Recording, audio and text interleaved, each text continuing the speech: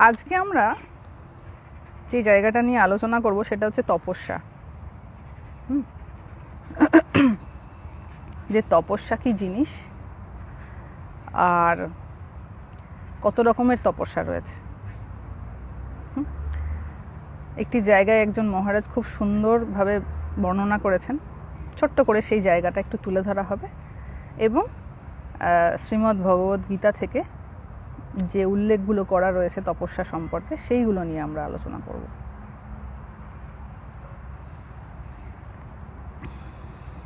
দেখা যাক, কারণ তপস্যা বিনা তো ঈশ্বর প্রাপ্তির কোনো সম্ভাবনা নেই আর শান্তি পাওয়ারও কোনো সম্ভাবনা নেই।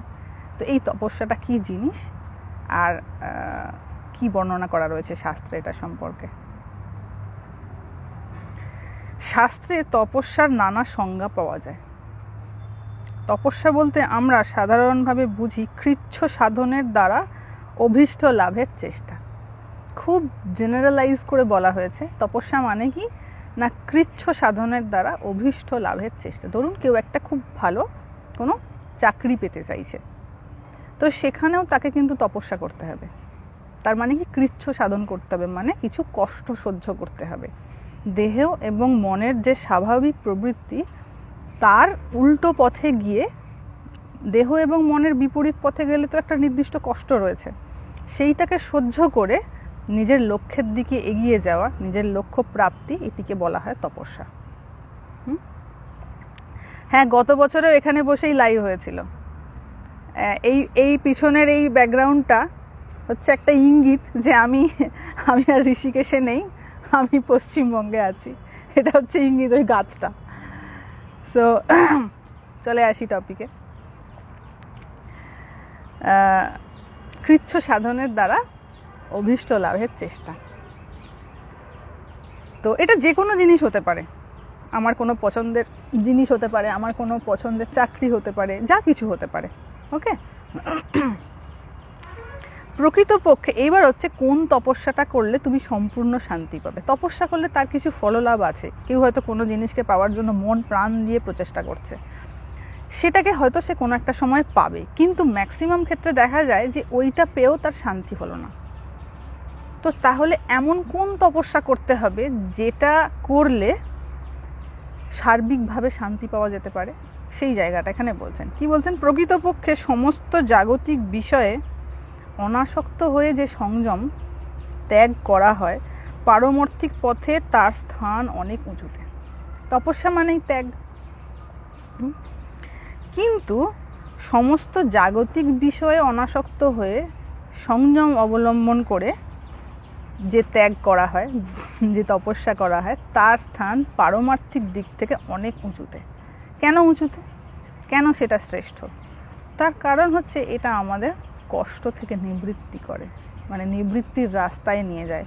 দেখা যায় অনেক তপস্যা করার পরেও ঠিক শেষমেশ কষ্টের অবসান হলো না, কিন্তু এটা এমন একটা তপস্যা যেটা করার পর তার সম্পূর্ণ দুঃখের নাশ হয়। এই জন্যই তার স্থান অত্যন্ত উঁচুতে। এইবার কি বলছেন? কারণ ত্যাগের দ্বারাই পরমাত্মা প্রাপ্তি হয়। ক্লিয়ারলি একটা জায়গায় কি বলা হচ্ছে? ত্যাগের দ্বারাই পরমাত্মার প্রাপ্তি হয়, পরমার্থ প্রাপ্তি হয়। সেই শ্লোকটা কি? ন প্রজয়া ধনেন ত্যাগেন একে অমৃতত্বম আনসু।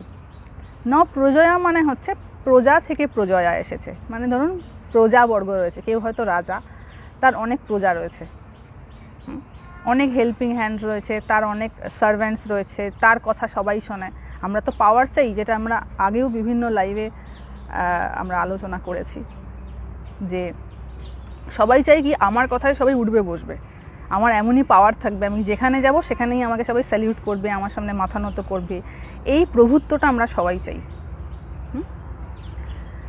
এবং যার জন্য কিন্তু পোষ্যর চাহিদা বেশি।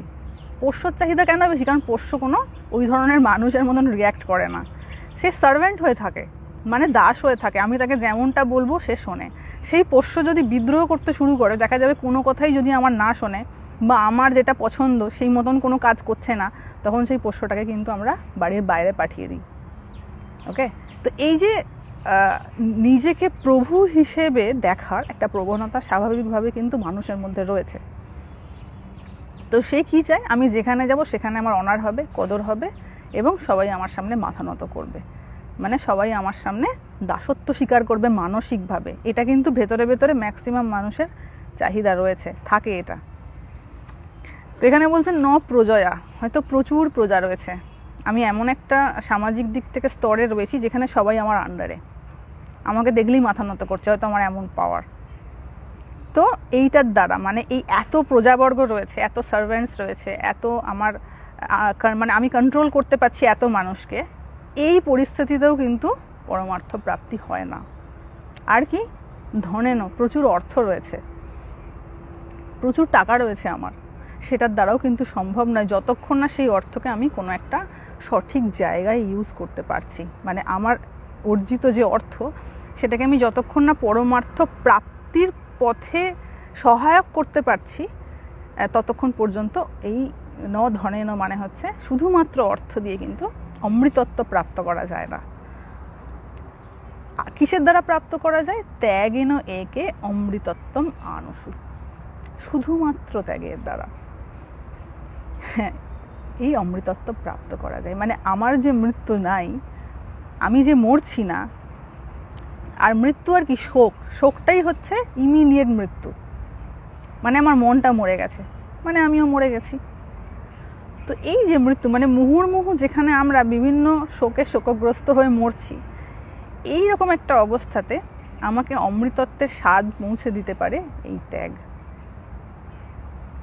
তো এখানে কি বলছেন? ন প্রজয়া, দুটো শব্দ এখানে স্পেসিফিক্যালি বলেছেন, আরো বিভিন্ন জায়গায় অন্যান্য জায়গায় আরো অনেক কথা বলেছে। ন মেধয়া, মেধার দ্বারা প্রাপ্ত করা যায় না, তারপরে সৌন্দর্যের দ্বারা প্রাপ্ত করা যায় না এই অমৃতত্বকে।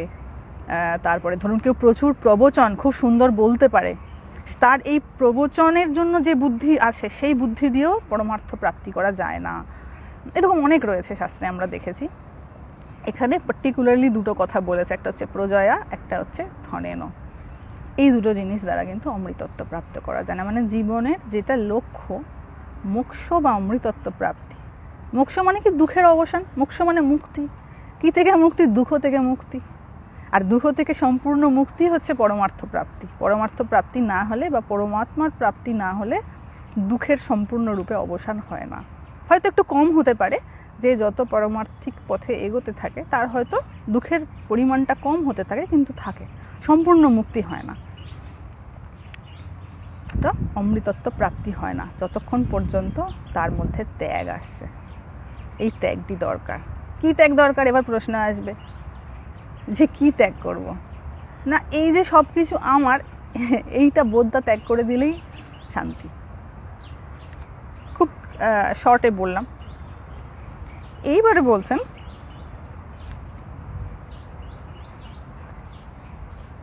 অন্তঃকরণ শুদ্ধির কারণ হওয়ায় এই তপস্যা পরমাত্মা প্রাপ্তিতে সহায়ক হয়। তপস্যা কি করে? না অন্তঃকরণ শুদ্ধির কাজ করে।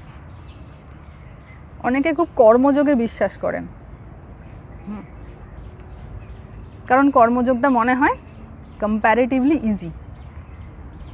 হ্যাঁ, কারণ কাজ করব, কর্মপ্রবৃত্তি তো সবার আছে, তো সহজ যে প্রবৃত্তি সেটার মধ্যে দিয়ে গিয়ে পরমার্থ প্রাপ্তির চেষ্টা, যাদের কম্প্যারেটিভলি একটু রজগুণের পরিমাণটা বেশি, রজগুণের মানে হচ্ছে মানসিক চঞ্চলতা যাদের একটু বেশি, হয়তো ভেতরে একটা ছটপটানি রয়েছে, কিছু একটা করব, মানে স্থির হয়ে বসার তাদের চিত্তবৃত্তিটা অতটা স্থির থাকে না যে স্থির হয়ে বসে থাকবে, তাদের মনের মধ্যে একটা চঞ্চলতা কাজ করে। এটা হচ্ছে রজগুণের একটা প্রাইম লক্ষণ, যে সে চুপ করে বসে থাকতে পারে না।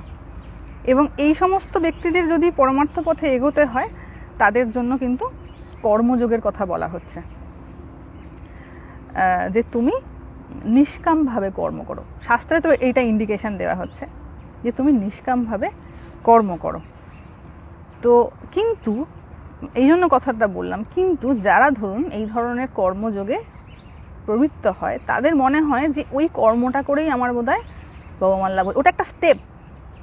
নিষ্কামভাবে কর্ম করা, ফলের আশা না করে কর্ম করা, এটা হচ্ছে একটা স্টেপ।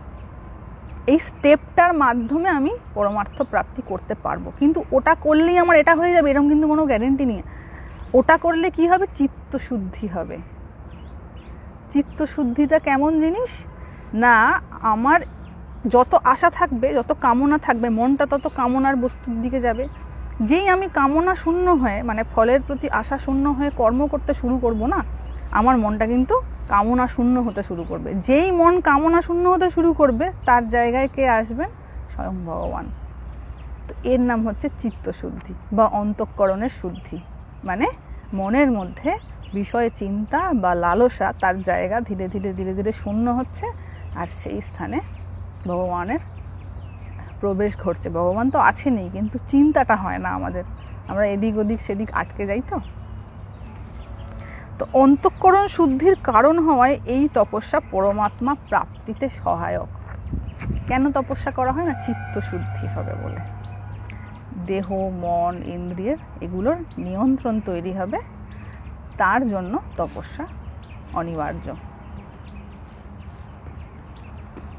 এবং প্রথমে আমরা যেটা শুরু করলাম, যে শুধুমাত্র পরমার্থ প্রাপ্তি না, যে কোনো জিনিস আমাকে যদি সেটা ধরুন প্রাপ্ত করা ইজি নয়, বেশ কঠিন, এরকম একটা পরিস্থিতিতে আমাকে যথেষ্ট খাটতে হবে সেটার জন্য। আমাকে সবার সঙ্গে কন্ট্যাক্ট, মানে ধরুন এই যারা ধরুন মাধ্যমিকে আসছে, ভালো রেজাল্ট করবে, তাদেরকে কি করতে হয় না, তারা একটা সময় যখন প্রচণ্ড পড়াশোনার ভিতরে ইনভলভ রয়েছে, তাদেরকে তাদের ফোন বন্ধ রাখতে হয়, বন্ধু বান্ধবদের সঙ্গে গল্প গুজব করা বন্ধ রাখতে হয়, বাইরে গিয়ে ঘুরে বেড়ানো বন্ধ রাখতে হয়, টিভি দেখা হয়তো যতটা পরিমাণে সে টিভি দেখতো সেই দেখাটা বন্ধ রাখতে হয়। তার মানে কি, দেহ মনের যে স্বাভাবিক সুখের প্রবণতা, সেই সহজ সুখের জায়গাটা থেকে তাকে নিজেকে নিয়ন্ত্রণ করে একটা স্পেসিফিক জায়গায় তাকে কনসেন্ট্রেট করতে হচ্ছে নিজের মনটাকে। দ্যাট ইজ কৃচ্ছ সাধন, দ্যাট ইজ তপস্যা। সে কিন্তু তপস্যা করছে একটা ভালো স্কোর করার জন্য, যাতে সে পরবর্তীকালে ভালো চান্স পায়, ভালো জায়গায় পড়তে পারে, ভালো কেরিয়ার তৈরি হয়, এটা তার উদ্দেশ্য ধরে নিচ্ছি। কিন্তু সেইটার জন্য তাকে অন্যান্য আরও যে সহজ আনন্দ, যেটা ইমিডিয়েট আমাকে আনন্দ দেবে, সেই জায়গাটা থেকে তাকে কিন্তু নিজেকে গোটাতে হচ্ছে। তো সেক্ষেত্রে যদি করতে হয়, আর যেখানেতে আমি মোক্ষ লাভ করব, সেখানে তো আমায় তপস্যা করতেই হবে বাবা। সে আরও কঠিন তপস্যা, ওটা তো কিছুদিনের তপস্যা, যতক্ষণ কেরিয়ার না তৈরি হচ্ছে ততদিনের তপস্যা, তারপরে অন্য তপস্যা শুরু হবে। কিন্তু মোক্ষ প্রাপ্তির তপস্যাটা আরও দীর্ঘমেয়াদী হয়।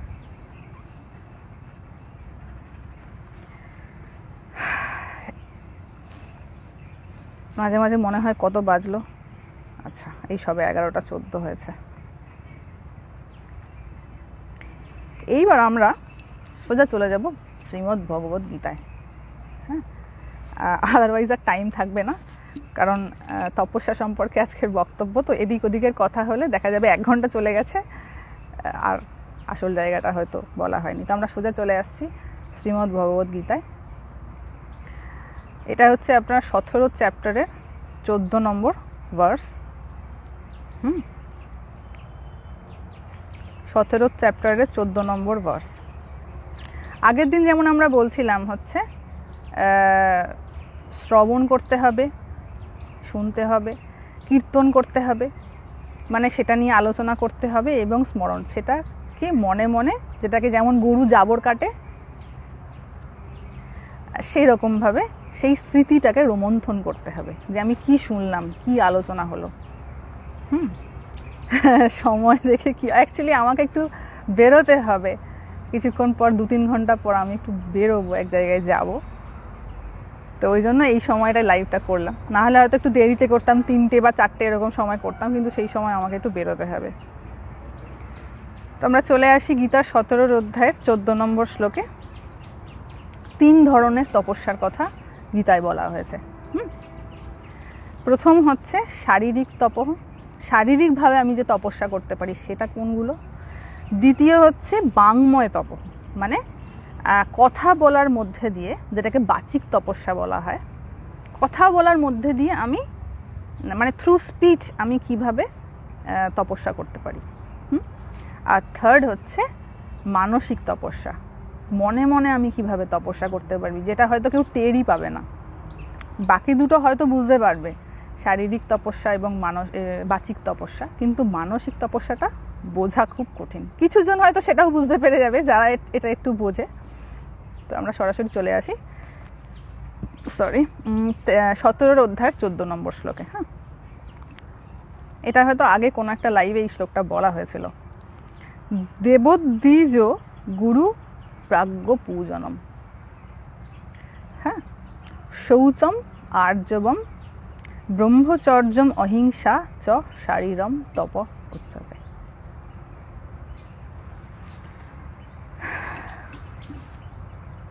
প্রথমত হচ্ছে দেবদ্বিজ গুরু প্রাজ্ঞ পূজনম।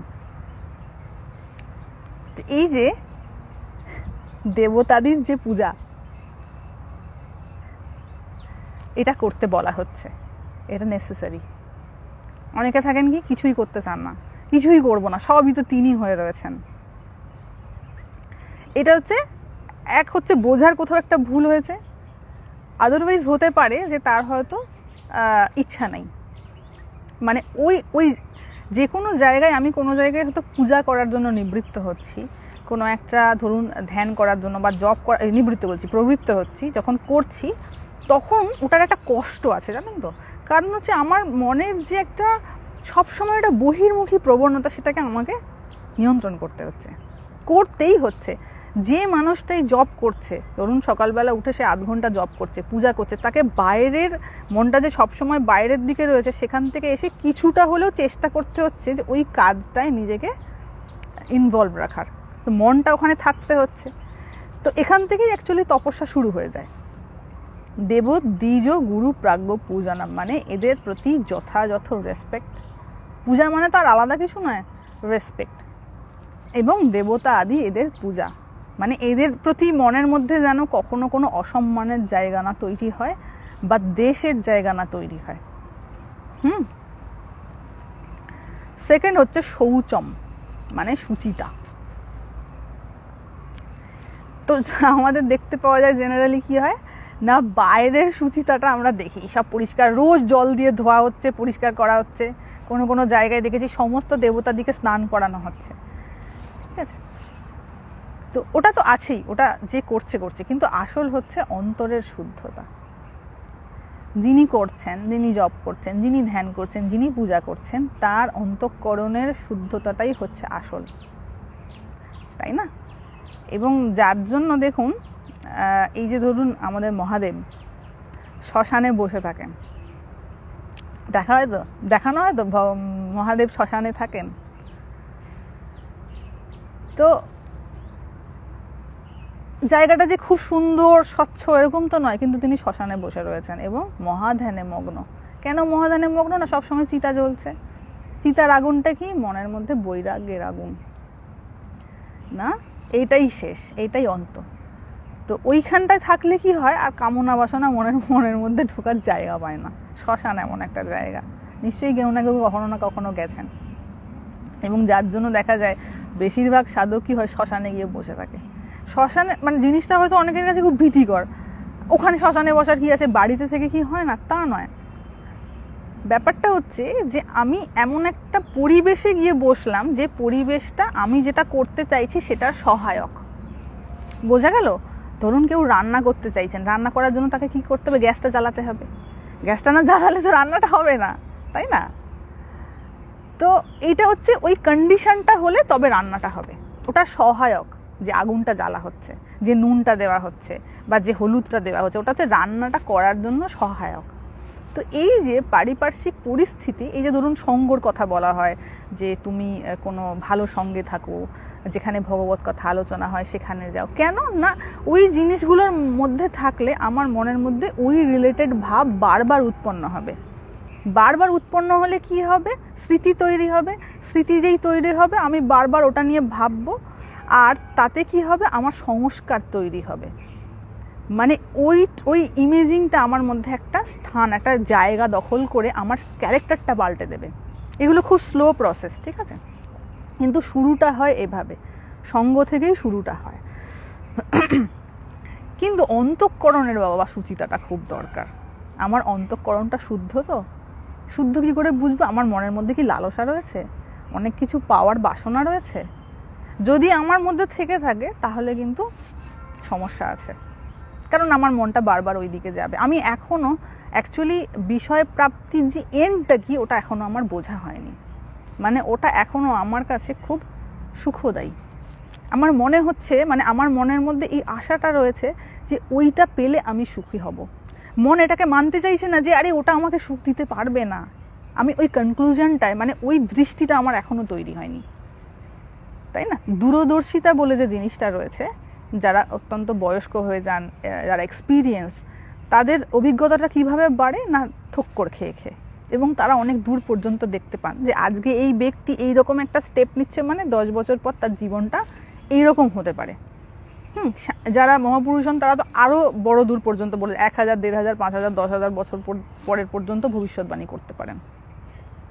তো এই যে অত দূর পর্যন্ত না দেখতে পারলেও এই যে কোনো ধরুন কোনো একটা জিনিস, বস্তু, পোস্ট, যা কিছু আমার জীবনে এলো, আলটিমেটলি ওটা আমাকে কি দিতে পারে সেইটা সম্পর্কে আমি অজ্ঞাত হয়ে রয়েছি। মানে এখনো ওটা আমার মস্তিষ্কে ক্লিয়ার হয়নি, এখনো ওটার এন্ডটা আমি দেখতে পাচ্ছি না। কিছুটা গিয়ে আমি আটকে পড়েছি, ওই জন্য তখনও পর্যন্ত ওটা আমাকে ভালো লাগার একটা বোধ করাচ্ছে এবং আশা তৈরি করাচ্ছে ওটা প্রাপ্ত করার। কিন্তু যখন সে দেখতে পেয়ে যাবে, একটা হচ্ছে পারিপার্শ্বিক মানুষের জীবন দেখে, দ্বিতীয়ত হচ্ছে নিজের মনকে দেখে, নিজের জীবন যতটুকু হয়েছে, কারোর 40, কারোর 50, কারোর 60, এই যে 60 বছরের তার এক্সপিরিয়েন্স, এই জীবনটাকে যখন সে খুব সুন্দর করে অ্যানালাইজ করতে শুরু করবে, সে বুঝতে পারবে যে কোথায় আমি ভুল করেছিলাম, আমার কোন আউটলুকটা গোলমাল ছিল। এই যে বোঝার বুদ্ধিটা যখন তৈরি হবে, সে বুঝতে পারবে যে বাবা এরকম করে হয় না, এরকম করে সম্ভব নয়। তো সুচিতা মানে আমি ভগবানকে চাইছি, এইরূপ একটা বোধ যতক্ষণ না তৈরি হচ্ছে মনের মধ্যে, কিন্তু সুচিতা আসবে না।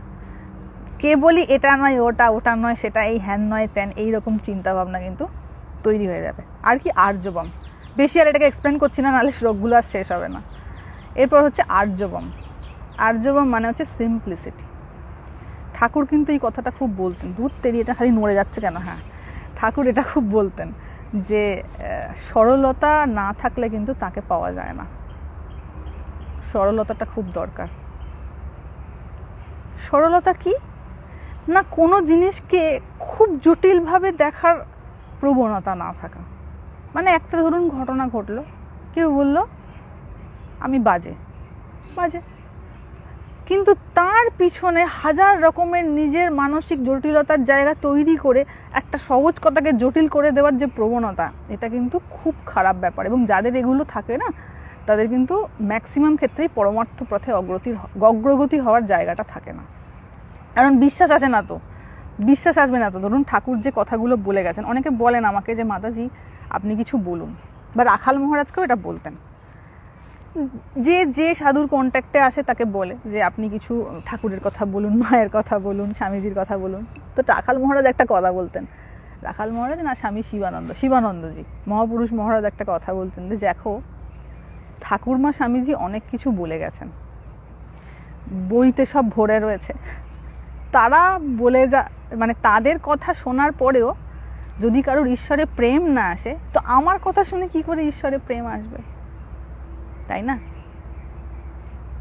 ওই জন্যই রাখাল মহারাজকে যখন স্টেজে ইনভাইট করা হয়েছিল কোনো একটা প্রোগ্রামে, তো মহারাজ নিজের পরিচিতি কি দিয়েছিলেন না, স্বামী ব্রহ্মানন্দ, বেলুড় মঠ, হাওড়া।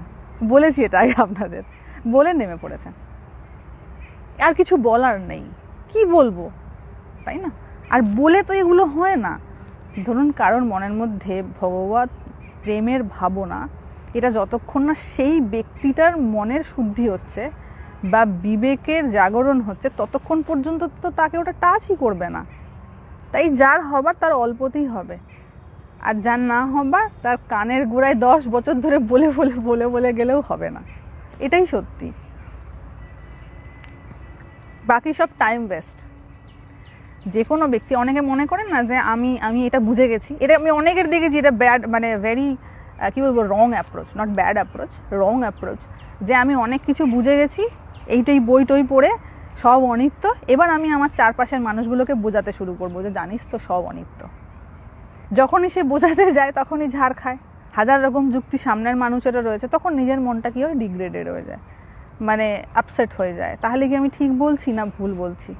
কারণ বই টই পড়ে তার যতটুকুন ভেতরে শক্তি সঞ্চার হয়েছে, সে আবার অন্যজনকে বিলোতে গেছে, তো সেটা কি করে হবে? নেগেটিভিটি তো বাইরে অনেক বেশি। একটুখানি আগুন হয়তো ভেতরে জ্বলেছে, এমন হাওয়া বয়েছে, আগুন নিভে গেছে। এটা কিন্তু বেশিরভাগ জনের সঙ্গে, এটা করতে যাবেন না। নিজের স্পিরিচুয়াল জার্নিটা কিন্তু সম্পূর্ণ নিজের। কেউ হয়তো একটু ভগবানের ভাবে কারোর উদ্দীপনায় সে যদি তার স্ত্রীকে বা সে যদি তার স্বামীকে গিয়ে বোঝাতে শুরু করেন, জানো তো এটা হয় কখনো? তার যদি হওয়ার হয় একবার দুবার বলার ফলেই তার কিন্তু এটাতে ইন্টারেস্ট তৈরি হবে। যদি ভেতরেই বারুদটা থাকে, ভেতরে যদি বারুদ থাকে, একটুখানি আগুনের একটুখানি স্ফুলিঙ্গ যদি তার ভিতরে কিন্তু আগুন জ্বালা শুরু হয়ে যাবে। আর ভেতরে যদি না থাকে, তো বাইরে থেকে যতই আগুন দেওয়া হোক না কেন, এখন ভেজা যদি কলা গাছ হয়, সে তো আর জ্বলবে না। That is the fact. এইরকম এই মায়ার খেলাটা এমন যে আমরা কিন্তু আমাদের মূল্যবান সময়টা নষ্ট করি। কিসে নষ্ট করি? না, আমি তো অনেকটা বুঝেছি, ওকেও বোঝানোর চেষ্টা করি যদি ওর কিছু কল্যাণ হয়। তো এক্ষেত্রে একটা কথা এক মহারাজ বলতেন যে নিজে খেতে পায় না আবার শঙ্করাকে ডাকে। একটা কথা আছে না, নিজে খেতে পায় না, না শুতে পায় না, যাই হোক একটা কিছু হবে, নিজে খেতে পায় না শঙ্করাকে ডাকে। মানে আমি ভেতরে জ্বলে পুড়ে মরছি, আমার যা হোক একটুখানি ভগবানের কৃপায় একটু মনের মধ্যে ভাব এসেছে, আমি আবার সেটা আবার বিলোতে যাচ্ছি। তো ভাব, সরি, এটা হচ্ছে আর্যবম, মানে সিম্পলিসিটি। এই জটিলতার মধ্যে যেন না পড়া হয়, কারণ যখনই আমরা এগোতে থাকবো না সাধন পথে, মায়া বিভিন্ন রকমভাবে তার রং দেখাতে শুরু করবে কোনো না কোনো ছলে। তারপরে হচ্ছে ব্রহ্মচর্য। ব্রহ্মচর্য নিয়েও আমাদের আলোচনা হয়েছে, একাধিকবার লাইভে আলোচনা হয়েছে। হ্যাঁ, নিজের জোটে না শঙ্করাকে ডাকে, ওই আর কি, আমাদের তো সব হয়ে যায় এটা ওটা। তো ব্রহ্মচর্য,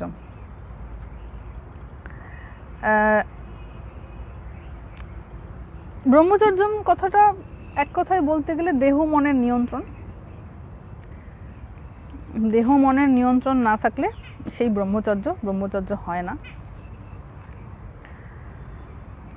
পরেরটায় যাচ্ছি, অহিংসা।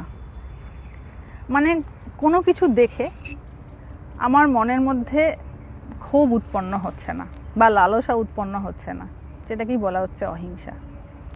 কারো ধরুন কোনো উন্নতি হচ্ছে বা কেউ কিছু একটা করছে, আমারই হয়তো কোনো রিলেটিভ হয়, কোনো বন্ধু হয়, কোনো প্রিয়জন হয়, কোনো একটা সাকসেসফুল জায়গায় যাচ্ছে, আমার হয়তো ভেতর থেকে একটুখানি জ্বলন হচ্ছে, ওর হয়ে গেল আমার হলো না। হয়তো এটা বিশেষ করে এটা মায়েদের বেশি হয়, মানে নর্মাল পার্সনেরও হয়, কিন্তু বিশেষ করে এটা মায়েদের বেশি হয় আর মা বাবার বেশি হয়। কারণ নিজের ছেলেটা ধরুন আনসাকসেসফুল, অন্যজনের একদম খুব ক্লোজ রিলেটিভ কেউ বা পাশের বাড়ি প্রতিবেশী সে হয়তো খুব ভালো শাইন করছে, তখন দেখা যায় একটু হিংসা তৈরি হয় মনের মধ্যে। তো অহিংসা মানে কোনো দিক থেকেই আমার কোনো জেলাসি ফিলিং হচ্ছে না, আর যে যেখানে আছে সে তার মতন চেষ্টা করছে, আমি যেখানে আছি আমি আমার মতন চেষ্টা করছি। তার হওয়ার সময় হয়েছে, আমার যদি সেই যোগ্যতা থাকে, যদি হওয়ার হয় তাহলে নিশ্চয়ই হবে। ভগবান তো আর ওই কি বলে ওরকম মানুষের মতন নয় যে যে তাকে একটু বেশি ফল বাতাসা খেতে দিয়েছে তার উপর বেশি কৃপা করবে, তাই না? হ্যাঁ, এটা একদম ঠিক বলেছেন, ভগবানের কৃপা না থাকলে কিন্তু ভক্তি ভাব আসে না, এটা একদম ঠিক কথা, এটা তার কৃপা থাকতে হবে। এইগুলো হচ্ছে কি শারীরম তপঃ, শারীরিক দিক থেকে আমি তপস্যা এইরকম ভাবে করতে পারি। একটা হচ্ছে দেবদ্বিজ গুরু প্রাজ্ঞ পূজনম, শৌচম আর্যবম, সিম্পলিসিটি। ধরুন কোনো মানুষ খুব সিম্পল, এটা কিন্তু তার এটা তার একটা শারীরিক তপস্যা। কারোর হয়তো মন পরিষ্কার, মনে জটিলতা নেই, এটা তার একটা শারীরিক তপস্যা। কেউ হয়তো কাউকে হিংসা করে না, এটাও একটা শারীরিক তপস্যা। সে হয়তো জানেই না যে তার ভেতরে এই কোয়ালিটিটা রয়েছে। ভগবান পেয়ে কি হবে? ভগবান পেয়ে মনে বড় শান্তি হবে বাবা, যেটার জন্য এত দৌড়দৌড়ি করছে, সবাই করছে, তুমিও করছো, আর যেটা না থাকার জন্যই এত হাহুতাশ, এত চোখের জল পড়া, এত দুঃখ এবং এত যন্ত্রণা, এত ফ্রাস্ট্রেশন, সেইটা পাওয়া হবে ভগবানকে পেয়ে। যেটা না পাওয়ার জন্য এত অশান্তি, সেটা পাওয়া হবে। যেটা না পাওয়ার জন্য অন্ধকার ঘরে চোখের জল পড়ে, সেইটা পাওয়া হবে। যেটা না পাওয়ার জন্য মনের ভিতরে হতাশা আছে, সেইটা পাওয়া হবে। হ্যাঁ, এটা হচ্ছে শারীরিক তপ। সেকেন্ড হচ্ছে যেটা 15 নম্বর শ্লোক, সেটা হচ্ছে অনুদ্বেগ করম বাক্যম। ভীষণ জটিল একটি কথা। সত্যম প্রিয় হিতম চ যৎ শ্রদ্ধায় অভ্যসনম চ এব বাংময় তপ উচ্যতে। এ আবার আরো কঠিন। এটা কিরকম তপস্যা? অনুদ্বেগ করম বাক্য, মানে এমন বাক্য যেটা কারোর মধ্যে উদ্বেগ তৈরি করছে না। এবার মনের মধ্যে প্রশ্ন আসতে পারে যে এটা কি করে সম্ভব? মানে কখনো না কখনো আমরা এমন কথা বলেই ফেলি যেটা হয়তো অন্যজনের মনের মধ্যে উদ্বেগ তৈরি হলো। তো অনুদ্বেগ করম বাক্যম মানে এমন বাক্য, এমন কথা বলছি যেটা কারোর মধ্যে উদ্বেগ তৈরি করবে না, এটাকে কিন্তু বাচিক তপস্যার মধ্যে রাখা হয়েছে। তো জিনিসটা কি? এখানে অনুদ্বেগ করম বাক্যম বলতে কিন্তু ঈশ্বরীয় কথার কথা বলা হচ্ছে। জাগতিক ব্যাপারে যখনই আপনি কারোর সঙ্গে মানে যতটুকু প্রয়োজন জীবন ধারণের জন্য তার বাইরে বেশি হ্যাঁ হ্যাঁ হি হি করতে গেছেন, তো জানেন সেখানে যন্ত্রণার বীজ আমি নিজে হাতে বপন করে দিয়েছি। যদি কথা বলতেই হয় মানে যতটুকু প্রয়োজন আমার দেহ, আমার জীবিকা, আমার জীবনকে বাঁচানোর জন্য, এবং সামনের মানুষটার উপকার হবে, প্রকৃত উপকার হবে। উপকারও সবাই করতে পারে না, মায়ায় আবার সর্বনাশ করে দেয় উপকারের নামে। হ্যাঁ, মায়ায় পড়ে আবার মানুষ উপকার করছে এই নামে আবার সর্বনাশ করে দেয়। জানতেও হয় যে প্রকৃত উপকার কাকে বলে। তো এক হচ্ছে নিজের কল্যাণ, আর দ্বিতীয় হচ্ছে অন্যের কল্যাণ জাগতিক দিক থেকে। এইটুকুনের জন্য যতটুকুন আমার জাগতিক বিষয়ে কথাবার্তা বলার, সেইটা বাদ দিয়ে যদি আমি এক্সট্রা, যেটার কোনো প্রয়োজনই নেই আমার জীবনে, না তার না আমার, বা যেটাতে তার প্রকৃত কোনো কল্যাণই নেই, না তার না আমার, এই বিষয় নিয়ে আমি চর্চা শুরু করেছি, তার সঙ্গে আমার গল্প গুজব আলাপ আলোচনা শুরু করে দিয়েছি, জেনে রাখুন ওটা কিন্তু একটা ভবিষ্যতে তার সঙ্গে সম্পর্ক নষ্ট হওয়ার সূত্রপাত। কারণ কখনো না কখনো তার কোনো কথা আপনার খারাপ লাগবে, আপনার কোনো না কোনো কথা তার খারাপ লাগবে, আর যেই খারাপ লাগালাগি শুরু হবে না, তখন অত্যন্ত প্রিয় এবং ঘনিষ্ঠ সম্পর্কেও কিন্তু নিমের মতন তেতো হয়ে যেতে সময় লাগে না, হয়ে যাবেই। এ মায়ার জগতই এমন, যতই ভালো হোক না কেন একবারে লাল মাখামাখি কথাবার্তা, যেই দেখবে যে আমার খারাপ লাগাটি শুরু হয়ে গেছে, ভালো লাগালাগি যতক্ষণ রয়েছে ততক্ষণ তুমি আমার বড় প্রিয়, তুমি আমার ভালো বন্ধু, তোমার সঙ্গে আমার সম্পর্ক বাড়ি সুন্দর। কিন্তু যেই ভেতর থেকে তার কোনো না কোনো একটা সেন্টিমেন্ট, স্বার্থের জায়গায় একটা টুক করে আঘাত চলে আসবে না, সম্পর্ক কিন্তু তেতো হয়ে যাবে। ওই তেতো হওয়ার সূত্রপাতটা আমি কোথায় করেছি না, যখন তার সঙ্গে আমি মানে প্রয়োজন অতিরিক্ত এই বৈষয়িক চর্চা করতে শুরু করে দিয়েছি, যেটা তার কোনো ক্ষেত্রে আমার জীবনে উদ্বেগ তৈরি করতে পারে, বা আমার কোনো কথায় তার জীবনে উদ্বেগ তৈরি করতে পারে। এখানে বলছে অনুদ্বেগ করম বাক্যম, তার মানে কি, যে আমি যখন আমার প্রয়োজনটুকু মিটে গেল, প্রয়োজন মানে এখানে স্বার্থপর হয়ে যাওয়া তা নয়, বাঁচার জন্য সবারই কিছু না কিছু প্রয়োজন রয়েছে। তো আমি দেখলাম যে আমার এইটুকুতে হয়ে যাবে, এইটুকুন কথাবার্তা আমার বলা দরকার, বলা হয়ে গেল। এরপরে যে এক্সট্রা কথাটা হবে সেটা যেন ঈশ্বরীয় প্রসঙ্গ নিয়ে আলোচনা হয়। আমি মিশবো এমন মানুষের সঙ্গে, যে মানুষের সঙ্গে আমি ভগবত কথা শেয়ার করতে পারবো, বা সে আমার সঙ্গে ভগবত কথা শেয়ার করতে পারবে, এবং এটাই একমাত্র অনুদ্বেগ করম বাক্যম, যেটা মনের মধ্যে প্রশান্তি প্রদান করবে, উদ্বেগ তৈরি করবে না।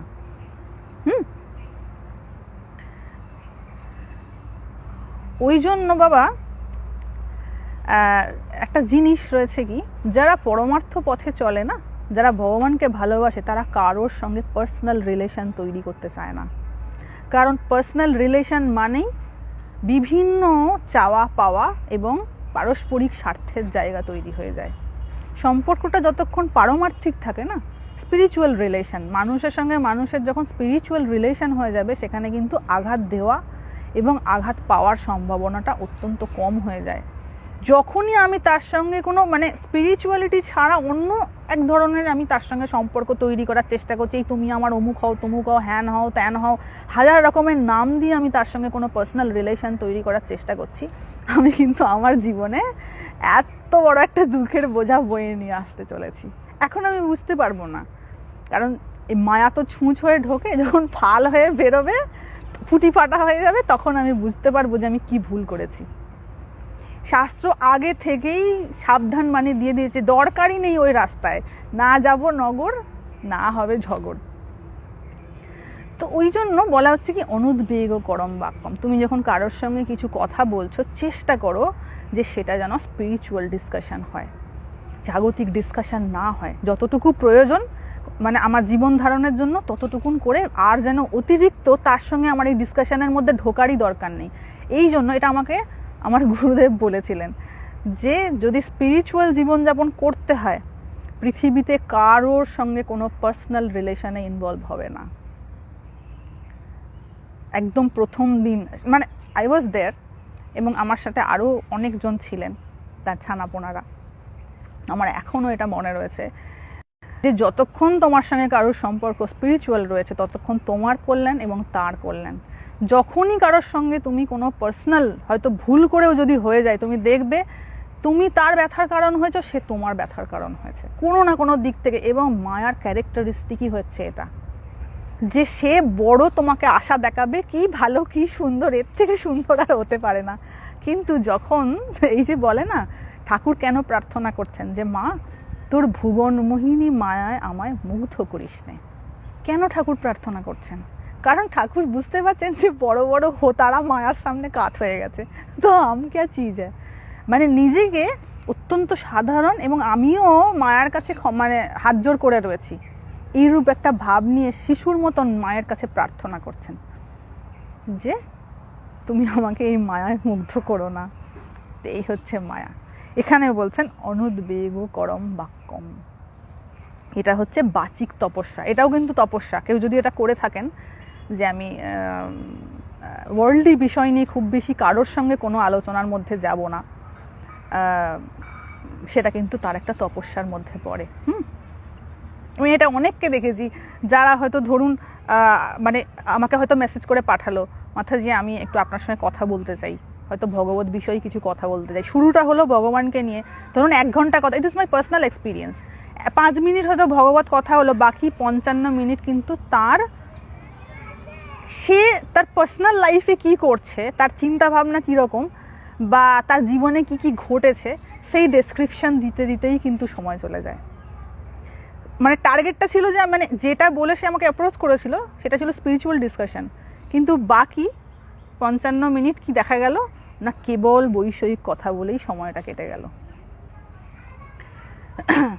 তাই না? তাই মনে হতে পারে আমি বোধহয় খুব বেশি স্পিরিচুয়াল, কিন্তু যখন মুখ দিয়ে কথাটা বেরোতে শুরু করে তখন বুঝতে পারা যায় যে অ্যাকচুয়ালি সে কতটা স্পিরিচুয়াল, বা তার ভিতরে ভগবত ভাবনার জায়গা কতটা রয়েছে। কেউ যদি সত্যি স্পিরিচুয়াল হয়ে থাকে না, তার ওই বিষয় ছাড়া অন্য বিষয়ে ডিসকাশন করতে ইচ্ছা করবে না। এবং তখনই কি হয়, সেই মানুষটা আমার পার্সোনালি আমার কাছে বিরক্তির কারণ হয়ে দাঁড়ায়, কারণ তার ভেতরে ভগবান সম্পর্কে কোনো চাওয়া নেই। সে শুধুমাত্র নিজের পার্সোনাল জীবনের প্রবলেমটা সলভ করতে চায়, তার ভগবানকে নিয়ে কোনো ইন্টারেস্ট নেই। তার এরূপ ধারণা তৈরি হয়েছে যে আমি যদি কোনো মাতাজির সঙ্গে, কোনো সাধুর সঙ্গে যদি মন খুলে কথা বলতে পারি, তাহলে হয়তো আমার জীবনের সমস্যা কিছুটা সমাধান হতে পারে। That was his target. তার টার্গেট কিন্তু এই নয় যে ভগবানটা কি আমি সেটা জানবো, আর তাকে কেমন করে প্রাপ্ত করা যায় সেই বিষয়ক কিছু তথ্য আমি নেব, কেমনভাবে আমি জব করব, কেমনভাবে ধ্যান করব, এই যে তার একটা অ্যাপ্রোচ থাকে না, এটা কিন্তু থাকে না। ম্যাক্সিমাম জনের দেখেছি থাকে না, কিন্তু মুখে প্রচুর ভগবানের কথা। তার মানে কি হলো, আমি নিজেকে ফ্রড করছি, আমি নিজেকে চিট করছি, এবং আমি শুধু নিজেকে না, চারপাশের মানুষগুলোকেও চিট করছি। মানে আমি যেটা নয় সেটা আমি বারংবার দেখানোর চেষ্টা করছি। তো ভেতরে ভেতরে শুরু হয়ে গেছে, মায়া তো খেলা করা শুরু করেই দেবে বাবা, এ এমন কঠিন জিনিস। অনুদ্বেগ করম বাক্যম, তারপরে আসছে সত্যম। এই কত বাজলো রে বাবা রে বাবা, উফ। সত্যম, সত্য কথা বলা। তো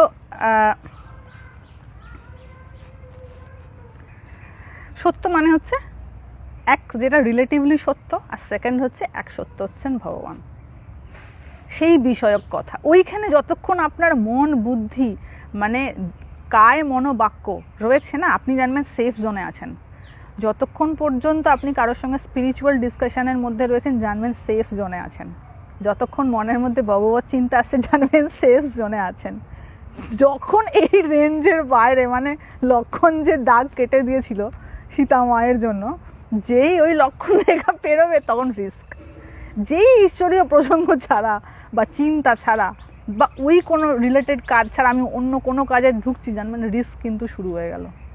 রিস্ক আছে, হয়তো সেটা পার করে চলে আসা, কিন্তু আমি রিস্কি জোনে পৌঁছে গেছি তখন।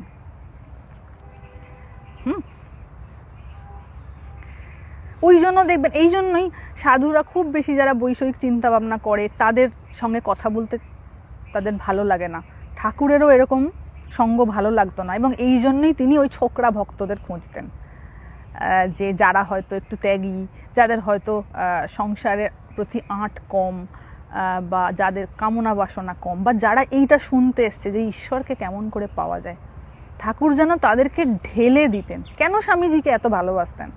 কারণ তার অন্য কোনো পার্সোনাল ইন্টারেস্ট ছিল না, যে দু একটা কথা প্রসঙ্গে চলেই আসে, কিন্তু তার ওটা ওই ইন্টারেস্টে সে ঠাকুরের কাছে আসেনি যে তিনি আমার কোনো ব্যক্তিগত সমস্যার সমাধান করে দেবেন, বা তিনি আমার মন খারাপটা ভালো করে দেবেন, বা আমার ফ্যামিলি কোনো প্রবলেমে জড়িয়ে গেছে তিনি আমার ওই জায়গাটা একেবারে ঠিক করে দেবেন। যদি ঠিক করার টার্গেট হয়েও থাকে, সেটা হচ্ছে আমার পরমার্থ প্রাপ্তির জন্য, কারণ ওটা আমার জীবনে বাধা সৃষ্টি করছে, এই অনুরোধ নিয়ে আসতে পারেন। বাট তার ফোকাস এবং টার্গেটটা ছিল যে আমি কেমন করে ভগবানকে পেতে পারি। এই ফোকাসটা যার রয়েছে, এই টার্গেটটা যার রয়েছে, কারণ এই টার্গেট তো বাবা সবার হবে না, যতক্ষণ না পিছনের ফাঁস কাটছে, পিছন দিকের ফেঁসও যতক্ষণ না কাটছে, পিছু টান যতক্ষণ না কমছে, ততক্ষণ ভগবানকে নিয়ে ইন্টারেস্ট তৈরি হবে না, কারোরই হবে না। হয় কি হবে ভগবানকে নিয়ে, কেউ কেউ তোর বলে কি হবে ভগবানের নাম করে, কি হবে, মানে এইটুকুনও তার ফিল নেই যে ভগবানের কথা চিন্তা করে যে শান্তি হয়, এই শান্তির ছিটে ফোঁটা পর্যন্ত মনের মধ্যে আসেনি। তো সত্য কথা এক হচ্ছে রিলেটিভ যেটা ট্রুথ, সেইটা মানে যেটা আমরা ব্যবহারিক ক্ষেত্রে প্রয়োগ করি। সেকেন্ড হচ্ছে ঈশ্বরীয় কথা, ওই কথাতেই সম্পর্ক তৈরি হোক, যেটা কুন্তী প্রার্থনা করছে শ্রীকৃষ্ণের কাছে। আমরা দু একটা লাইভের আগে যে আলোচনাটা হয়েছিল, সম্ভবত আগের লাইভটায়, যে আমার যে সম্পর্ক আমার পুত্রের সঙ্গে, সেটা এইভাবে যেন না হোক যে সে আমার পুত্র, সেটা এইভাবে হোক যে হে শ্রীকৃষ্ণ সে তোমার সখা। মানে আমি যেন পার্সোনাল রিলেশনের জন্য তার সাথে মায়াবদ্ধ না হয়ে যাই, তোমার সঙ্গে সবকিছু সম্পর্কযুক্ত, সবকিছু তোমার, এইভাবে আমি সম্পর্ক তৈরি করতে চাই। এইটুকুন সম্পর্ক থাকলেই যথেষ্ট, যে এই সবকিছু তোমার, এই সবকিছু আমার নয়। তো আমাদের শাস্ত্র বাবা বারবার বারবার পাখি পড়ানোর মতন করে, সে যেমন পাখিকে শেখায় হরি বল হরি বল, পাখিকে শেখানো হয় বারবার, ওই পাখি পড়ানোর মতন করে এই শাস্ত্র আমাদের বিভিন্ন ইঙ্গিত থেকে, যে বইটাই খুলে দেখবেন এই ধরনেরই কথা আশেপাশে, মানে ওই জায়গাটাই নিয়ে যাওয়ার চেষ্টা করা হচ্ছে, যে বাবা এই জগৎ কিন্তু দুঃখময়, তুমি যত রকম ভাবে যা কিছু করো না কেন লাপালাপি, এই লাপালাপি কিন্তু তোমার শান্ত হবে, তখন তুমি অসহায় হবে, তখন তুমি খুঁজবে যে কোনো একটা খুঁটি, কোনো একটা লাঠি, আর তোমার চারপাশে কেউ থাকবে না। তাই সময় থাকতে একটু ভগবানকে আঁকড়ে ধরো। এই হচ্ছে শাস্ত্রের বাবা সার কথা, যেখানেই দেখা হোক না কেন এরই চারপাশে ঘোরাফেরা করছে সমস্ত শাস্ত্র। নেক্সট হচ্ছে প্রিয় হিতম চ, এটাও একটা খুব জটিল কথা। প্রিয় হিতম, একটা হচ্ছে প্রিয়, দ্বিতীয় হচ্ছে হিতম, কল্যাণকারী। তো বাবা এখন কার কোন কথাটা প্রিয় হবে এটা তো বলা মুশকিল। তো এখানেতে কিন্তু কেবল ঈশ্বরীয় কথার কথা বলা হচ্ছে, কারণ জাগতিক ক্ষেত্রে, আগে যে আমি কথাটা বললাম, জাগতিক ক্ষেত্রে যখনই আপনি এমন কোনো কথা বলে ফেলবেন যে তার অপ্রিয়, এখানে দেখুন প্রিয় কথা বলা হচ্ছে, মানে সেটা প্রিয় বোধ হবে। এবার সবার তো সব ধরনের কথা প্রিয় বোধ নাও হতে পারে, তাই না? তারপরে বলছে হিতম, তার কল্যাণকারী, মানে এমন কথা যেটা তার কল্যাণ করবে। তো কোন কথা তার কল্যাণ করতে পারে? একমাত্র স্পিরিচুয়াল কথা, আধ্যাত্মিক কথা, আধ্যাত্মিক আলোচনাতেই প্রকৃত কল্যাণ হয়।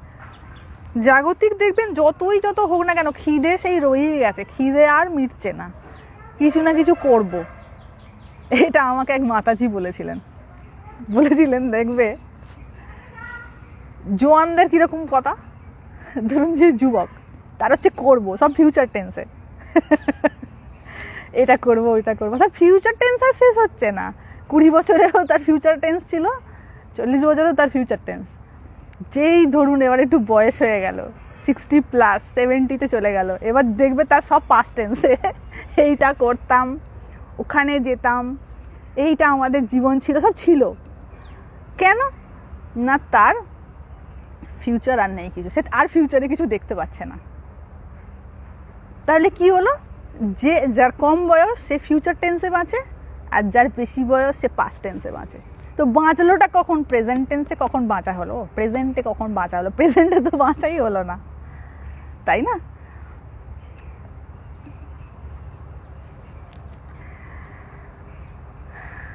তো কল্যাণকারী বাক্য সেটাই যেটা স্পিরিচুয়াল, ভগবত রিলেটেড। সেটা হয়তো সাময়িকভাবে সেই স্বাদটা, সেই অমৃতত্বের স্বাদটা আমি হয়তো না পেতে পারি, কিন্তু সেটার পিছনে ধীরে ধীরে ধীরে ধীরে ধীরে ধীরে ধীরে দেখা যাবে সেই আনন্দ বোধ হওয়া শুরু হয়েছে, জপ করতে করতে করতে করতে করতে করতে। আর কি? সাধ্যায় অভ্যসনম। সাধ্যায় মানে হচ্ছে নিজের অধ্যায়, মানে নিজেকে জানার জন্য যে প্রচেষ্টা, সেটাকে বলা হয় সাধ্যায়। হ্যাঁ, মরেই আছে, সে আবার নতুন করে কি মরবে? সেই বাসনাযুক্ত মন কিন্তু মৃত্যুরই অভিমুখী, মানে মৃত্যুগামী। আর বাসনা মুক্ত মন হচ্ছে অমৃতত্বের অভিমুখী। যে মন বাসনাযুক্ত, তার ডিরেকশনটা টুয়ার্ডস ডেথ, মানে শোক। মরবে তো সবাই, যে বাসনা শূন্য সেও তার একদিন দেহত্যাগ হবে, সেটা বলছি না। তার ডিরেকশনটা যেটা, মুখটা যেটা, সেটা হচ্ছে শোক, দুঃখ, হতাশা, ওই দিকে বাসনাযুক্ত মন। আর কোনো মানুষ যদি বাসনা মুক্ত, মানে হয়তো ইচ্ছা, বাসনা কম্পারেটিভলি অনেকটা কম, একেবারে হয়তো বাসনা শূন্য হয়নি, বাট খুব কম থাকলেও সেটা অত্যন্ত সামান্য, সে কিন্তু ধীরে ধীরে অমৃতত্বের পথে এগোচ্ছে। তো সাধ্যায় অভ্যসনম মানে নিজেকে জানার যে প্রচেষ্টা, বা এই যেগুলো বলা হলো, অনুদ্বেগকরম বাক্যম সত্যম প্রিয়হিতম চ যৎ, সাধ্যায়, এইগুলোর যে অভ্যাস, সেটাকে বলা হচ্ছে বাংময় তপঃ, মানে বাচিক তপস্যা। সাধ্যায় কি না, এই যে বলা হয় আমি সাধ্যায় গেছিলাম, গিয়ে একটু আলোচনা হলো, গল্প গুজব করে বাড়ি চলে এলো, দ্যাট ইজ নট সাধ্যায়। সাধ্যায় মানে হচ্ছে নিজেকে জানার জন্য যে অধ্যয়ন। আমি অধ্যয়ন করছি, মানে আমি অন্যান্য জায়গা থেকে নিজের মনের ফোকাসটাকে সরিয়ে একটা জায়গায় আমি কনসেন্ট্রেট করছি। কেন? নিজেকে জানার জন্য। আমি কে, আমি কোথা থেকে এসেছি, এইটা জানার জন্য যে প্রচেষ্টা, যে অধ্যয়ন, তাকে বলা হয় সাধ্যায়। তো এইগুলোর অভ্যাস যে করে, অভ্যসন, সেটাকে, এই সমস্তগুলোকে বলা হচ্ছে বাংময় তপঃ, মানে বাচিক তপস্যা। আর কি? থার্ড হচ্ছে মনঃপ্রসাদ। এবার আমরা বলবো মানসিক তপস্যা কোনটা। মনঃপ্রসাদ, ধরুন কারোর মন অত্যন্ত প্রসন্ন, তাকে কিন্তু অনেক মানসিক তপস্যা করতে হয়েছে। এমনি এমনি মনে প্রশান্তি আসে না, এমনি এমনি মনে প্রসন্নতা আসে না। আর প্রসন্নতা নেই বলেই যে যা পাচ্ছে তাই করছে। আমাদের চারপাশটা তাকিয়ে দেখুন, বিভিন্ন জায়গায় যা পাচ্ছে তাই করছে। তো প্রশ্ন হলো, কেন যা পাচ্ছে তাই করছে? কেন মনের মধ্যে এইরকম আর যাচ্ছে? কারণ মনে প্রশান্তি নেই, প্রসন্নতা নেই, মানে ভেতরে এত হাহাকার। ধরুন কোনো একটা জায়গায়, একটা এক্সাম্পল দিচ্ছি, ধরুন কোনো গ্রামে আগুন লেগে গেছে, চারিদিকে আগুন জ্বলছে, বা জঙ্গলে আগুন লেগে গেছে। কোনোদিন সেই চিত্র দেখেছেন কিনা আমি জানি না, কোনো ভিডিও থাকলে দেখবেন, জঙ্গলে আগুন লেগে গেছে। সেই পশু পাখিগুলো কীরকমভাবে নিজের প্রাণ বাঁচানোর জন্য পাগলের মতন দৌড়ায়, যে ওই আগুনটা থেকে আমি কিভাবে বাঁচবো। বা ধরুন একটা বড় বাড়িতে বা বড় গ্রামে আগুন লেগে গেছে, প্রত্যেকটা ঘর দাউ দাউ করে জ্বলছে, এক্সিট হওয়ার জায়গা খুঁজে পাচ্ছে না কেউ। তো সেই সময় মানুষ যেভাবে পাগলের মতন ছুটোছুটি করবে, কে আমার মা, কে আমার বাপ, কে আমার প্রিয়জন, কি আমার সম্পত্তি, সব ভুলে গিয়ে খালি নিজেকে কি করে বাঁচাবো। এরকম আমি দেখেছি তো, আমাদের উত্তরাখণ্ডে ভূমিকম্প হয় মাঝে মাঝেই। তো একবার একটা এমন হয়েছে যে ভূমিকম্প হচ্ছে 6-7 বছর আগে, আই থিঙ্ক নেপালে যখন ভূমিকম্পটা হলো, তখন নেপালে কিছু বছর আগে একটা ভূমিকম্প হয়েছিল, বেশ ভয়ানক। তো আমরা যেহেতু হিমালয়ান রেঞ্জে থাকি, সেখানে বেশ ভালো রকম প্রভাব বিস্তার করেছিল। তো কাঁপছে, যেই কাঁপছে দেখছি সমস্ত ফ্ল্যাট থেকে মানুষ খালি হাতে খালি পায়ে বাইরে বেরিয়ে পড়েছে। কেন বাইরে বেরিয়ে পড়েছে? কোনো ডকুমেন্টসও নেয়নি, মানে বাড়িটা যদি ভেঙে পড়ে যায়, কোনো ব্যাংকের ডকুমেন্টস, কোনো প্রপার্টির ডকুমেন্টস, খোনা দানা কিচ্ছু নেয়নি, খালি হাতে বেরিয়ে পড়েছে। সে হয়তো দেখা যাবে পার্সোনালি অত্যন্ত বিষয়ী মানুষ, কিন্তু যখন প্রাণের উপর প্রশ্ন আসে তখন কেউ কাউকে চেনে না। আর এটাই সত্য, এইটাই মহাসত্য। ক্রাইসিস না হলে কিন্তু নিজে আমি যে কি আর কি যে চাই কিছুই বুঝতে পারি না। তো যখন ভূমিকম্প শুরু হয়েছে, আমিও বাড়ির বাইরে বেরিয়ে পড়েছি যথারীতি। আমিও জুতো পরার সময় পাইনি, মানে এমন নড়েছে মনে হয় যে এই বোধহয় বাড়িঘর ভেঙে পড়ে যাবে। শুধুমাত্র আমার গুরুদেব বেরোননি, উনি ঘরের ভিতরেই ছিলেন। তো সবাই দেখছি ফ্ল্যাটের বাইরে বেরিয়ে পড়েছে এবং কাঁপছে। তখন যে কোনো সময় বাড়িঘর তো তখন ভেঙে পড়তে পারতো, কিন্তু তারপর আর ওটা কন্টিনিউ করেনি বলে বাড়িঘর ভেঙে পড়েনি, সেটা যেমন থাকার সেমনি ছিল, খালি বাড়িগুলোতে একটু ক্র্যাক চলে আসছে। আমিও যেখান থেকে মাঝে মাঝে ভিডিওস করি, দেখবেন পিছনেতে দেওয়ালে একটা ক্র্যাক দেখতে পাওয়া যাচ্ছে, একটা ক্র্যাক দেখতে পাওয়া যাচ্ছে। তো ওই ভূমিকম্পের জন্য ক্র্যাক হয়ে গেছে। তো এই আর কি, একটা গ্রামে ধরুন আগুন লেগে গেছে, তখন যেভাবে মানুষ ছটফট করে দৌড়বে, এই অবস্থা কিন্তু মানুষের মনে এখন। মানে এমন আগুন লেগেছে ভিতরে যে সেটাকে শান্ত করার মতো উপায় আমার জানা নেই। আমি এক্সিট খুঁজে পাচ্ছি না যে এই যে আগুনের তাপটা আমার গায়ে লাগছে, সেই তাপটা থেকে আমি কি করে রিলিজড হব। আর তখনই ইমিডিয়েট যেটা মনের মধ্যে আসছে, ইমিডিয়েট যেটা আমাকে সাময়িক একটু সুখ দিতে পারবে, আমি সেই দিকেই পাগলের মতন দৌড়চ্ছি। ওই জন্য যে যা পাচ্ছে তাই করছে, কোনো বিবেকের জায়গা এখন নেই প্রায় বলতে গেলে, খুব কম হয়ে গেছে। কেন না, মনে শান্তি নেই, মনে তৃপ্তি নেই। আরও কিছু হয়তো আমাদের দেখতে হতে পারে ভবিষ্যৎ দিনে। তো মনঃপ্রসাদ, এই মনঃপ্রসাদও কিন্তু মানসিক তপস্যা ছাড়া সম্ভব নয়। মানে তার মনটা প্রসন্ন হয়ে গেছে। প্রসন্ন হয়ে গেছে মানে কি, স্থির হয়ে গেছে, চুপ। কেন চুপ হয়ে গেছে? কামনা শূন্য হয়ে গেছে। সে বুঝে গেছে ওই পাখিটার মতন আমার আর কোনো গতি নেই ভগবান ছাড়া, সে চুপ করে বসে রয়েছে। একটা মাস্তুলের উদাহরণ ঠাকুর দিতেন না কথামৃততে, তো ওই পাখিটার মতন সে চুপ হয়ে গেছে। তার আর কোনো ইচ্ছা বা প্রবণতা কিছু কাজ করছে না। এরপরে হচ্ছে সৌমত্তম। যেই তার মনের মধ্যে প্রসন্নতা আসবে, সে এমনি সৌম্য হয়ে যাবে। সৌম্য, শান্ত। শান্ত হলেই যে সৌম্য হবে এমনটা নয়, মানে এটা পারমার্থিক দিক থেকে বলছি। যখনই মনের মধ্যে থেকে কামনার ত্যাগ আসবে, তখনই কিন্তু ভেতরে দৈব ভাবের প্রকাশ শুরু হবে, মানে ডিভাইন কোয়ালিটিস। যেই ভিতরেতে ডিভাইন কোয়ালিটিসগুলো এবার সামনে আসতে শুরু করবে, তখনই কিন্তু সেই মুখ চোখের মধ্যে একটা সৌম্য ভাব লক্ষ্য করা যাবে, যেটা ধ্বংসাত্মক নয়, মানে সামনের মানুষটাকে ধ্বংস করে দেবে এরকম না। ওই জন্য দেখবেন বেশিরভাগই আমাদের দেবদেবীদের চেহারা কিন্তু অত্যন্ত সৌম্য। উগ্ররূপও আছে, ওটাতে ধ্বংসের রূপ, যখন তিনি ক্রুদ্ধ হয়ে গেছেন। কিন্তু আমরা যেগুলো পুজো করি বাড়িতে, সেগুলো সবই কিন্তু সৌম্যরূপ দেবদেবীদের, যেগুলো মা কালীরও দেখবেন হয়তো তিনি, মানে মা কালীর রূপটা তো আমরা এভাবেই দেখি যে নিচে শিব রয়েছেন আর গলায় মুন্ডমালা, কিন্তু মা কালীরও এরকম চেহারা রয়েছে, মুখটা রয়েছে অত্যন্ত সৌম্য।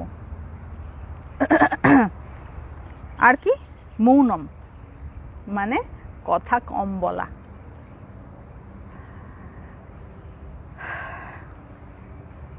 তারপরে বলছেন আত্মবিনিগ্রহ। আত্মবিনিগ্রহ হলে মানে তার এই যে অহমটা, অহম থাকলেই বিভিন্ন এটা ওটা আসবে, তার এই অহমের জায়গাটা সে কিছুটা হলেও নিজেকে, মানে এই অহমের জায়গাটা সে নিগ্রহ করতে পেরেছে, মানে নিয়ন্ত্রণ করতে পেরেছে। যেই অহমের জায়গা নিয়ন্ত্রিত হবে সে মৌন আপনি হয়ে যাবে, আননেসেসারি কথাবার্তা বলবে না। আর মৌন হওয়া, এটাও আমি বলবো আমার সব ছানাপোনাদের, যে জীবনে বাবা যদি শান্তি পেতে হয় কথা কম বলো। আননেসেসারি কথা, আননেসেসারি ডিসকাশনস, এটা মানুষের মনকে অনেক বেশি বিক্ষিপ্ত করে দেয়। যদি কথা বলতেই হয় কেবল ভগবত প্রসঙ্গের কথা, বাকি অন্য কোনো কথায় গিয়ে না খালি নিজের মনের অশান্তি বাড়ানো, এটা কথা ওটা কথা, লাভের লাভ কিছুই হয় না। দেখবেন 8 ঘন্টা আপনি ডিসকাশন করুন, দেখবেন কিছু লাভের লাভ হলো না, মনের মধ্যে কোথা থেকে একটা ব্যাড ফিলিং হওয়া শুরু হয়ে গেল, দূর ভাল লাগবে না, এরকম একটা অনুভূতি হওয়া শুরু হয়ে গেল। তখন গিয়ে হয়তো মনটা একটু ফেসবুক দেখা হলো, স্ক্রোল করছি আমি, কারণ মনের ভিতরে তো আমি অশান্ত হয়ে গেছি, আমার মনটা অশান্ত হয়ে গেছে। এবার হয়তো গিয়ে একটুখানি টিভি দেখছি, একটু গান শুনছি, কোনো কিছুতেই শান্তি হচ্ছে না। আবার একজনকে ফোন করলাম, বোর লাগছে, তার সঙ্গে হয়তো 1 ঘন্টা একটু বকর বকর করলাম, তার কিছু নেগেটিভিটি আমার ঘরে নিয়ে এলাম, আমার মনে নিয়ে এলাম, হ্যাঁ তাকে একটু সান্ত্বনা দিলাম। এইভাবে কেবল সময় নষ্ট আর সময় নষ্ট, কিচ্ছু হওয়ার নেই। আলটিমেটলি কিন্তু কিচ্ছু হওয়ার নেই, সবটা শূন্য। তাই মৌন, কম কথা বলবো, আমি বেশি কথা বলবো না। এবং পৃথিবীতে কারোর বিষয় যেন আমার পার্সোনাল কোনো ইন্টারেস্ট না থাকে। সে তার ব্যক্তিগত জীবনে কি করছে সেটা দেখার আমার তো কোনো প্রয়োজন নেই, তাই না? নিজের জীবনকে ব্যক্তিগত রাখা এবং অন্যের ব্যক্তিগত জীবনে আগ্রহ কমানো, এটাও একটা ব্যাপার যেটা আমাদের খুব বেশি, আমরা নিজের পার্সোনাল লাইফে খুব বেশি প্রাইভেট করে দিতে ভালোবাসি, এবং অন্যের পার্সোনাল জীবনে কি হচ্ছে সেখানেতে বরং কিছু কি মারতেও বড় পছন্দ করি। ও কি করছে, কেন করছে, কি করে হবে, যেন তার জীবনের সঙ্গে আমার জীবন জুড়ে রয়েছে। তো কথা কম বলা, মৌনম। আত্মবিনিগ্রহ, আত্মবিনিগ্রহটা ক্লিয়ার হলো। আত্ম মানে নিজেকে, নিজের অহংকারকে, নিগ্রহ করা মানে নিয়ন্ত্রণ করা। তারপরে হচ্ছে ভাব ও সংশুদ্ধি। হ্যাঁ, ভাব ও সংশুদ্ধি মানে হচ্ছে, এখানে ভাব মানে হচ্ছে ভাবনা। ভাবের দুটো মানে হয়, ভাব কথাটির দুটো মানে হয়, একটা হচ্ছে এক্সিস্টেন্স বা অস্তিত্ব, আর একটা হচ্ছে ভাবনা। যেমন স্বভাব কথাটি মানে হচ্ছে তার নিজের যে এক্সিস্টেন্স, তার নেচার। এখানে ভাব মানে হচ্ছে এক্সিস্টেন্স, কিন্তু এখানে যে ভাব ও সংশুদ্ধি বলা হচ্ছে সেটা হচ্ছে ভাবনা, থট। তো ভাব ও সংশুদ্ধি মানে হচ্ছে ভাবনার সংশুদ্ধি, মানে চিন্তার শুদ্ধি। সেটা কিরকম করে সম্ভব না, যত বেশি ঈশ্বরীয় কথা আমার মনের মধ্যে অনুরণিত হতে থাকবে, এই চিন্তাটা যত বারবার হতে থাকবে, আমার কিন্তু ভাবনার সংশুদ্ধি আপনিই হবে। যত আমি বিষয়ের ব্যাপারে এটা ওটা সেটা কেবল মনটাকে পলিউট করবে, এবং আমি যদি পলিউটেড হয়ে যাই না, আমার চারপাশটা আমি পলিউটেড করে ফেলবো, আমার চারপাশের মানুষগুলোর আমি সর্বনাশ করব। সত্যি বলছি, বিশ্বাস করুন, যে মানুষ খুব বেশি বিষয় চিন্তা করে না, সে যেমন নিজের সর্বনাশ করে, তার চারপাশের মানুষগুলোকেও সে সর্বনাশ করে ছাড়ে। কারণ সে তো সেটাই স্প্রেড করবে যেটা তার মধ্যে রয়েছে। আর বিষয়যুক্ত মন না ভীষণ অশান্ত হয়, ভীষণ অশান্তিতে ভোগে, কারণ বিষয় জিনিসটাই বিষও তুল্য। শাস্ত্রে যে বলা হচ্ছে, যেখানে ধরুন বিষ, কেউ হয়তো বিষ খেয়ে ফেলেছে, সে কি চুপ করে বসে থাকবে শান্ত হয়ে সুখে? বিষ খেয়ে ফেলে যেমন ছটফট করে বিষের জ্বালায়, ঠিক তেমনি যে মনের মধ্যে বারংবার কেবলই বিষয় চিন্তা হচ্ছে, সেই মন কিন্তু অত্যন্ত অশান্ত হয়ে যায়, এবং সেই ব্যক্তি যার জীবনে ঢুকবে তার জীবনকেও অশান্তিতে ছাড়খাড় করে ছাড়বে। তাই এইগুলি হচ্ছে মানুষ চেনার লক্ষণ, যে তার জীবনের টার্গেটটা কি, তার ফোকাসটা কি, আমি কার সঙ্গে মিশবো। এমন একটা মানুষের সঙ্গে মিশলাম, দেখা গেল যে আমার পজিটিভিটিগুলো সব চলে গেল, তার দুনিয়ার রাজ্যের নেগেটিভিটিগুলো আমি মনের মধ্যে নিয়ে এসে অশান্তিতে ভুগছি। এবার আমি ছুটছি কোথায় শান্তি পাবো, কারণ আমারও তো সেই ক্ষমতা নেই। নিজের ভিতরেতে ইনফিনিট এনার্জি গ্রো করার, ইনফিনিট পজিটিভিটি তো আমারও নেই, আমারও তো লিমিটেড এনার্জি, আমারও তো স্টক অত্যন্ত অল্প, তো আমি স্টক হারিয়ে ফেলেছি। এগুলোই তো করি আমরা। তো ভাব ও সংশুদ্ধি মানে ঈশ্বরীয় কথা চিন্তা করা, ভাবনার মধ্যে ঈশ্বরীয় কথা আসছে, কোনো লীলা আসছে, শ্রীকৃষ্ণের কোনো লীলার কথা চিন্তা করছি, কোনো একটা জিনিস পড়লাম সেটা নিয়ে হয়তো ভাবছি, ওই সময়টা কিন্তু আর ওয়েস্ট হয় না। সেটা কোনো না কোনো দেখা যাবে পরবর্তীকালে সেটার আমি খুব গুড রেজাল্ট একটা পেলাম। ওভাবে তো বাবা বোঝা যায় না যে আমি আধ ঘন্টা ঈশ্বর চিন্তা করলাম সুতরাং আমি কতটা পরিমাণ আমার জীবনে সুফল পেলাম, ওভাবে তো হয় না, কিন্তু হয়, আমরা বুঝতে পারি না তখন। এইটা হচ্ছে ইতি এতৎ তপঃ মানসম উচ্যতে, এইটা হচ্ছে মানসিক তপস্যা। So clear?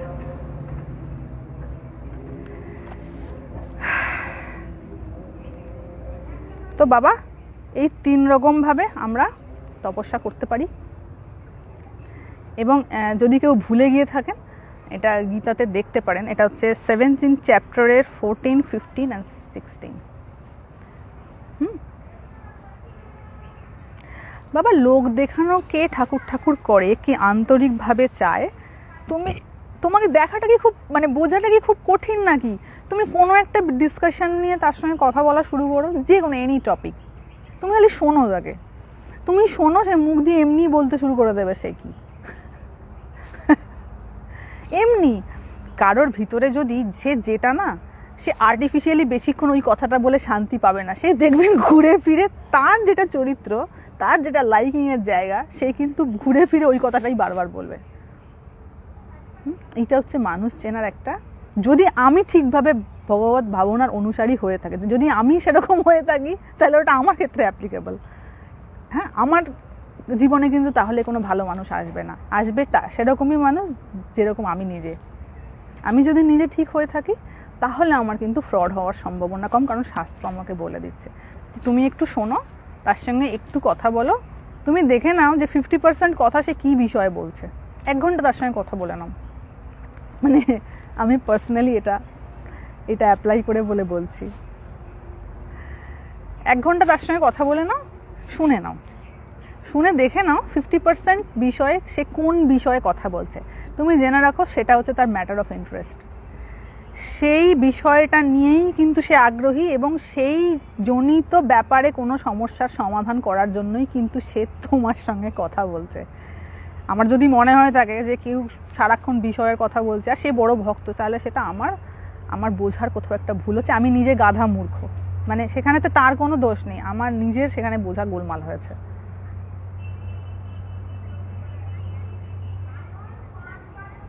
কি লিখেছে তুহিন?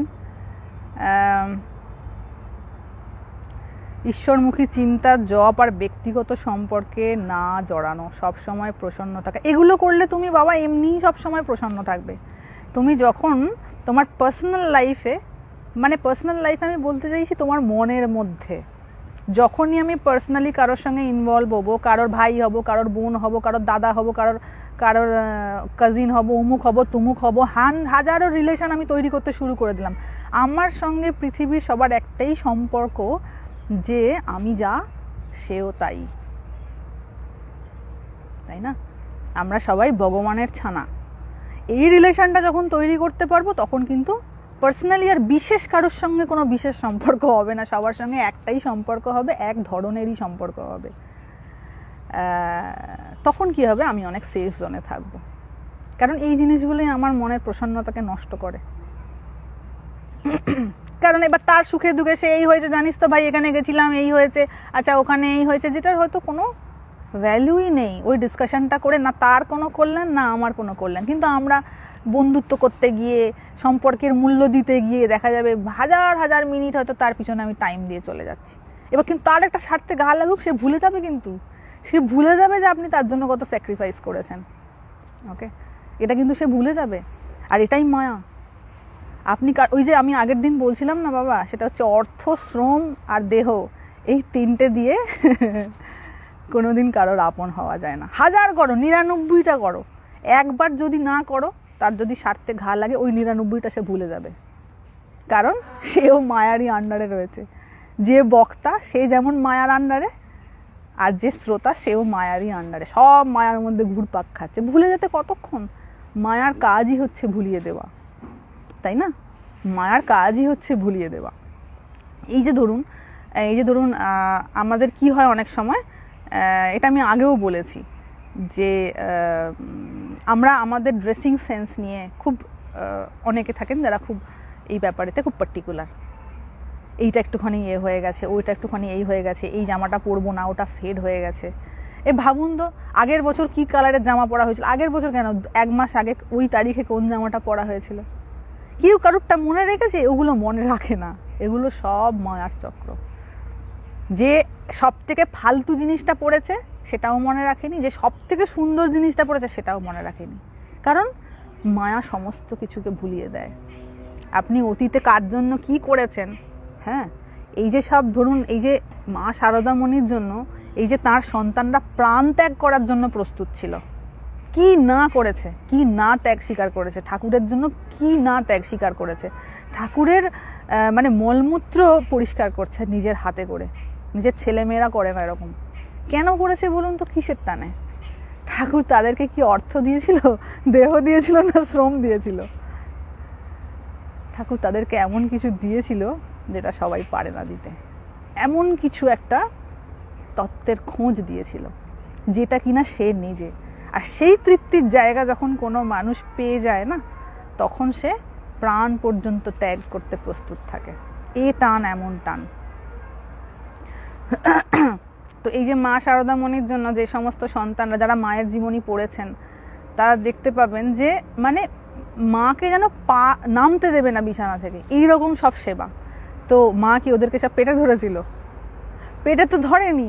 তাহলে এমন করে জাগতিক সম্পর্কের ঊর্ধ্বে গিয়ে এইরকম সম্পর্ক কেমন করে তৈরি হলো বাবু, তাই না? আমরা কেন পেটে ধরি না? ও আমায় দেখবে, ওর সঙ্গে আমার একটা রক্তের সম্পর্ক তৈরি হবে, আত্মীয়তার সম্পর্ক তৈরি হবে, ও আমাকে ছেড়ে যাবে না, আমি ওকে ছেড়ে যাব না। তাহলে এই দৃষ্টান্তগুলো দেখুন যে কেন মা কি তাকে এমন দিয়েছে ওই বৃদ্ধ বয়সে যে সে মামা করে পাগল হয়ে যাচ্ছে। এই কি দিতে পেরেছে, এই আনসারটা যেদিন পেয়ে যাওয়া হবে সেদিন বুঝতে পারা যাবে কে আমার আপন আর আমি কার আপন, কে আমার আপন হতে পারে বা আমি কার আপন হতে পারি।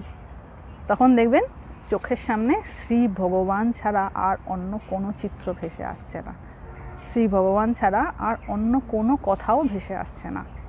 তখন মনে হবে তিনি আমার আপনার, আর আমি যদি কারোর আপনার হয়ে থাকি সেটা তিনি। সেই সম্পর্কটা সেদিন তৈরি হয়ে যাবে। তখন জানবেন সেফ জোনে চলে গেছে, আর রিস্ক নেই, নো রিস্ক জোন। ওকে, ঠিক আছে, সবাই ভালো থাকবেন। আমি জানি না টানা লাইভ প্রত্যেক শনিবার আমি কতটা করতে পারবো, তো যখনই আমি একটু সুযোগ পাবো করব। কখনো কখনো হয়তো বিনা নোটিফিকেশানে আমি চলে আসতে পারি, দেখা যাচ্ছে একটু নেটওয়ার্কটা ভালো আছে, কারণ নেটওয়ার্ক ঠিক থাকতে হবে, নেটওয়ার্কটা ভালো আছে বা আমি একটু ফাঁকা হয়েছি, একটু ফ্রি হয়েছি, বা একটু খুব সুন্দর একটা কোনো প্রসঙ্গ হয়তো মনের মধ্যে ঘোরাফেরা করছে, আমি হয়তো লাইভে এলাম, তখন একটু অ্যাডজাস্ট করে নিতে হবে। হ্যাঁ, সবাই ভালো থাকবেন। হরি ওম।